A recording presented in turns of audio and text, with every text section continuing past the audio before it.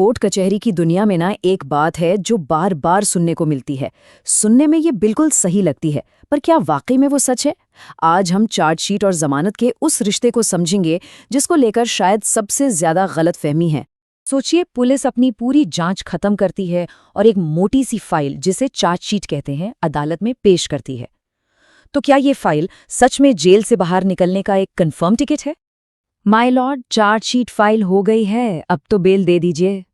ये लाइन, ये दलील भारत की अदालतों में जमानत की सुनवाई के दौरान शायद सबसे ज्यादा बार दोहराई जाती है।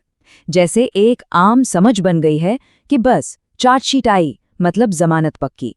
लेकिन क्या कानूनी हकीकत भी इतनी ही सीधी सपाट है? असल में इस आम धारणा के पीछे जो सच्चाई छिपी है वो कहानी थोड़ी अलग है। चलिए देखते हैं कि वो क्या है। तो सबसे पहले यही समझते हैं कि आखिर ये सोच इतनी आम हो कैसे गई कि चार्जशीट फाइल होना मतलब जमानत का ऑटोमेटिक टिकट। तो ये चार्जशीट आखिर है क्या? देखिए, आसान शब्दों में ये पुलिस की इन्वेस्टिगेशन का नतीजा है। एक फाइनल रिपोर्ट जिसमें पुलिस ये बताती है कि उन्होंने आरोपी के खिलाफ क्या-क्या सबूत इकट्ठे किए हैं। एक तरह से ये इन्वेस्टिगेशन के खत्म होने का ऐलान है। ठीक है, तो मिथक तो समझ लिया। अब इस पर से पर्दा उठाते हैं और उस असली कानूनी हकीकत को देखते हैं जो अदालतों के फैसलों की असली बुनियाद होती है। यहाँ देखिए, फर्क बिल्कुल साफ है। एक तरफ है ये गलतफहमी कि चार्जशीट आई मतलब जमानत मिली, लेकिन कानूनी सच ये है कि चार्जशीट का फाइल होना बहुत सारे फैक्टर्स में से सिर्फ एक है। ये कोई ऑटोमेटिक नियम नहीं है, बल्कि अदालत का न्यायिक विवेक है, मतलब जज का अपना सोच समझकर लिया गया फैसला। तो फिर अदालत असल में क्या देखती है? वो अपराध की गंभीरता को तोलती है, सबूत कितने मजबूत हैं ये परखती है, मामले में आरोपी का असल रोल क्या था, क्या वो बाहर जाकर गवाहों को डरा धमका सकता है या इंसाफ की पहुंच से भाग सकता है। इन सभी जटिल सवालों का जवाब सिर्फ चार्जशीट फाइल होने से नहीं मिलता। चलिए अब इस मिथक को तोड़ने वाले सबसे बड़े सबूत की ओर बढ़ते हैं, यानी भारत की सुप्रीम कोर्ट के फैसले, जो इस मामले में कानूनी तस्वीर को बिल्कुल साफ कर देते हैं। सुप्रीम कोर्ट ने एक बहुत ही अहम फैसले में जमानत के लिए जरूरी बातों की एक लिस्ट बना दी। और सबसे दिलचस्प बात जानते हैं क्या है?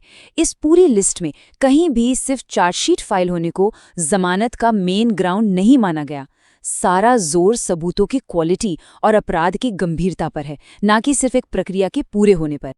अब एक और जरूरी कानूनी पेंच को समझते हैं। ये तब बहुत अहम हो जाता है जब किसी की जमानत अर्जी पहले ही एक बार खारिज हो चुकी हो। इसे कहते हैं परिस्थितियों में पर्याप्त बदलाव। इसका सीधा सा मतलब है कि केस में कुछ ऐसा नया और इतना महत्वपूर्ण होना चाहिए कि जज को अपना पिछला फैसला बदलने पर सोचने के लिए मजबूर कर दे। ये एक बहुत ऊंची कानूनी दीवार है जिसे पार करना होता है। और ये देखिए, सुप्रीम कोर्ट का ये फैसला इस बात पर पक्की मोहर लगाता है।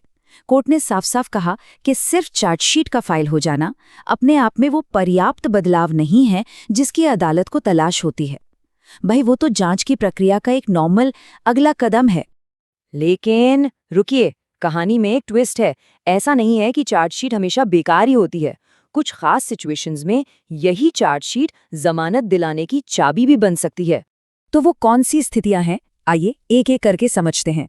पहला, अगर चार्जशीट से ये पता चले कि आरोपी की भूमिका तो बहुत छोटी मोटी थी। दूसरा, अगर एफआईआर में लगाए गए गंभीर आरोप चार्जशीट आते आते हटा दिए गए हों।